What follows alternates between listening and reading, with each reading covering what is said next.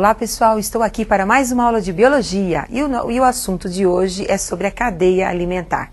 Nós vamos conversar sobre as relações tróficas dos seres vivos. E eu gostaria de colocar uma pergunta iniciando a nossa aula. Qual o papel de cada ser vivo no meio ambiente? Observem agora algumas imagens mostrando o papel de um ser vivo como um molusco. Então nós estamos vendo a concha de um molusco servindo de abrigo para o paguro. Olha as patinhas do paguro aparecendo aí na figura. Temos aí tronco de uma árvore servindo de abrigo para o pica-pau e os seus filhotes. Temos aí o cavalo ingerindo as gramíneas. A zebra também ingerindo as gramíneas. E o leão acabando uma refeição. Percebam, dentro dessas relações que nós mostramos para vocês, nós temos o leão, um grande predador. O papel dele na natureza está relacionado à predação, à caça, à busca do alimento. Nós temos, no caso da zebra, um herbívoro, aquele animal que se alimenta dos vegetais. Nós temos simplesmente o tronco de uma árvore servindo de abrigo para alguns animais. Então é assim que os seres vivos se relacionam, dando abrigo um para o outro, servindo de alimento. E essas relações serão estudadas dentro da ecologia.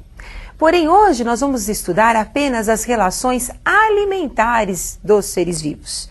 E dentro dessas relações alimentares, nós temos a base dessas relações, que são os produtores, os vegetais. Então, os vegetais são aqueles que produzem o seu próprio alimento, são os autótrofos. Acompanhem comigo algumas imagens de produtores.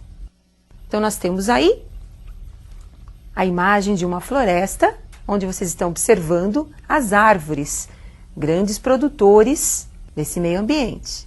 Temos aí também a presença das gramíneas e as algas, mostrando ou cobrindo uma parte de rochas. Acabamos de observar alguns dos produtores que nós encontramos aí dentro do nosso ecossistema. Agora nós vamos conversar sobre os outros participantes de uma cadeia alimentar. Então observem agora como é que nós formamos uma cadeia alimentar. Então nós temos o sol é a fonte energética para os produtores, são as plantas. Elas realizam a fotossíntese, produzindo o seu próprio alimento, liberando oxigênio, e para ocorrer a fotossíntese é necessária a presença do gás carbônico. Essa planta, esse produtor, vai servir de comida para um outro animal. O nosso exemplo aí é o veado, como vocês estão observando. Esse animal, considerado consumidor primário, consumidor porque ele vai ingerir o produtor. Então, por isso também é considerado primário. E também temos aí a presença do leão. O leão vai ingerir o veado, consumidor secundário, por estar ingerindo o veado. Tanto o veado como o leão vão servir de alimento para os decompositores, que são as bactérias e os fungos. E o veado e o leão agora passarão a ser os nutrientes após a decomposição pelas bactérias e pelos fungos para os produtores, fechando então o ciclo da matéria na cadeia alimentar, no ecossistema. Observaram? Então nós temos o produtor, quem ingere o produtor é o consumidor primário, e quem ingere o consumidor primário é o consumidor secundário, e todos os outros seres vivos, tanto os produtores como os consumidores, servem de alimento aos decompositores.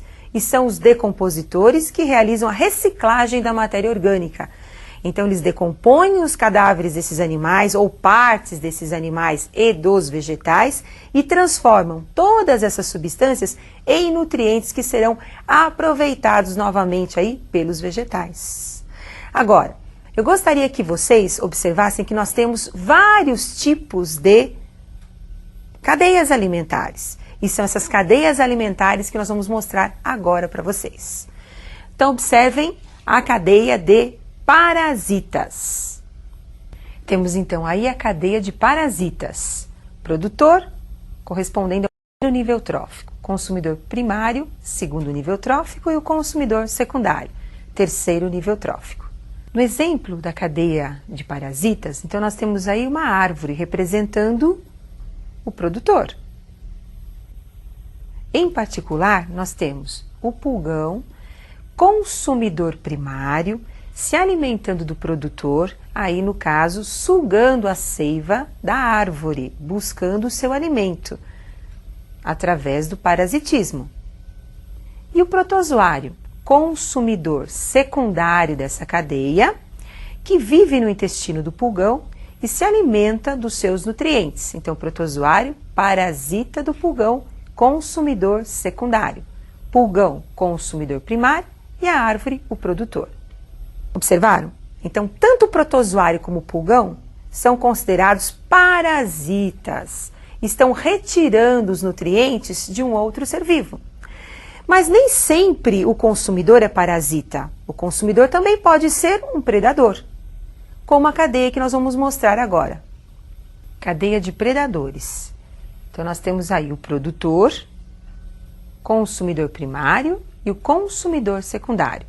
Vamos para o nosso exemplo. Nós temos aí a cadeia de predadores. Nós temos o fundo de uma lagoa. Produtor, a planta aquática. O molusco, consumidor primário. Obtém o seu alimento raspando o caule e as folhas dessa planta aquática. Em seguida temos o peixe, consumidor secundário, que se alimenta desse molusco. Então nós temos uma cadeia onde tem o produtor, que é a planta aquática, o molusco, que é o consumidor primário, e o peixe, que é o consumidor secundário. Ao lado nós temos uma ave, pronta para pescar o seu peixe. Nesse caso, se introduzirmos essa ave na cadeia, ela passa a ser um consumidor terciário da cadeia de predadores. Observaram? Nós temos então a cadeia de parasitas, a cadeia de predadores e nós temos também uma cadeia que pode ser mista, onde nós teremos consumidores parasitas e consumidores predadores também. Mas nem sempre nós temos uma sequência linear de relações tróficas, que é a cadeia alimentar. Em alguns casos, nós teremos várias cadeias reunindo o que nós chamamos de uma teia alimentar. A teia alimentar são as inter-relações entre as cadeias alimentares, como nós vamos descrever. E eu gostaria que você acompanhasse esse exemplo, demonstrando o que é uma teia alimentar. Milho é o produtor, o vegetal, que está produzindo o seu alimento para o homem, que é um consumidor primário, e também para a galinha, consumidor primário aí. Mas o homem também ingere a galinha, então ele passa a ser um consumidor secundário ao ingerir a galinha. Tanto a galinha como o homem podem servir de comida para o verme. O verme, quando se alimenta da galinha, quando ele é encontrado no intestino da galinha, ele é um consumidor secundário nessa cadeia. Quando o verme é encontrado no intestino do homem, ele pode ser um consumidor secundário ou terciário, na sequência. Por quê? Porque o homem é primário, então o verme é secundário. Quando o homem é secundário, o verme também é terciário. Agora observem, tanto o homem como a galinha, como o verme e assim o milho, são todos decompostos, passam pelo processo de decomposição pelas bactérias e fungos e são transformados em nutrientes. E esses nutrientes ficam no solo, onde serão reaproveitados pelo produtor, fechando aí o ciclo da matéria da cadeia alimentar. Então a matéria ela é transferida de um nível trófico para o outro. O que é o nível trófico? Produtor corresponde ao primeiro nível trófico da cadeia, consumidor primário ao segundo nível trófico, consumidor secundário ao terceiro nível trófico e assim sucessivamente. E agora eu gostaria que vocês lembrassem daquela pergunta inicial. Observem a pergunta. Qual o papel de cada ser vivo no meio ambiente? Então nós temos os produtores, são representados sempre pelo grupo dos vegetais. Os vegetais terrestres, desde um fruto, que é um produto do vegetal, assim também como as algas. As algas marinhas são os produtores do meio aquático. E as algas dulcícolas também, as algas de água doce. Bom, nós temos também os consumidores primários, que são considerados os herbívoros, são os animais herbívoros. São aqueles que se alimentam dos vegetais. Consumidores secundários são os carnívoros, são os animais que se alimentam dos consumidores primários. Consumidores terciários são os carnívoros também, são os animais que se alimentam dos secundários. Pelo final, nós teremos na cadeia os decompositores, que são representados pelas bactérias e pelos fungos. Como acabamos de observar, nós temos numa cadeia alimentar o produtor, o consumidor e o decompositor.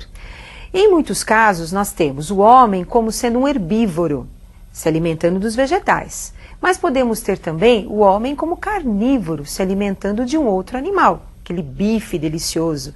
Mas, como o homem ele ocupa 2 níveis tróficos, se alimentando do produtor, assim como também do consumidor, no caso de um outro animal, então ele vai receber uma outra denominação. Ele é classificado, ou ele é chamado de onívoro, se alimenta de tudo, se alimenta tanto do produtor como também de outro consumidor. Agora, nós temos também, não só o homem, mas outros animais que também têm essa mesma posição dentro da cadeia alimentar. Assim como as minhocas são classificadas também como detritívoras, que são aqueles animais que se alimentam dos detritos de uma cadeia alimentar. Vão buscar esse detrito aonde? No solo, nos restos dos animais e dos vegetais em decomposição.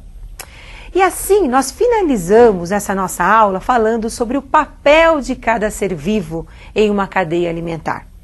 E eu aguardo você para a nossa próxima aula de biologia. Até lá!